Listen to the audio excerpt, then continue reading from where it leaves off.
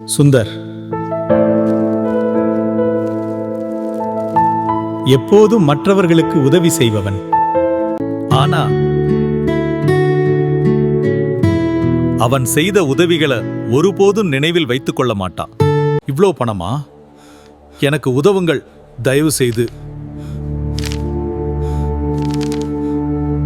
என்ன செய்யணும்னு தெரியாம கவலையில் மூழ்கினான்.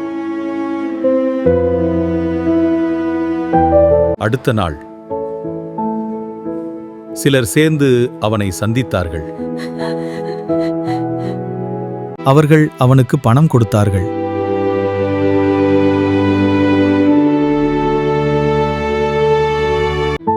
நீங்க யார்? எனக்கு உதவி புரிய தீங்க. நீங்கள் உதவினீர்கள். நீங்கள் மறந்துவிட்டீர்கள். ஆஹா. ஆனால் நாங்கள் மறக்கவில்லை. நாம் மறந்த நன்மை கூட உலகம் மறக்காது.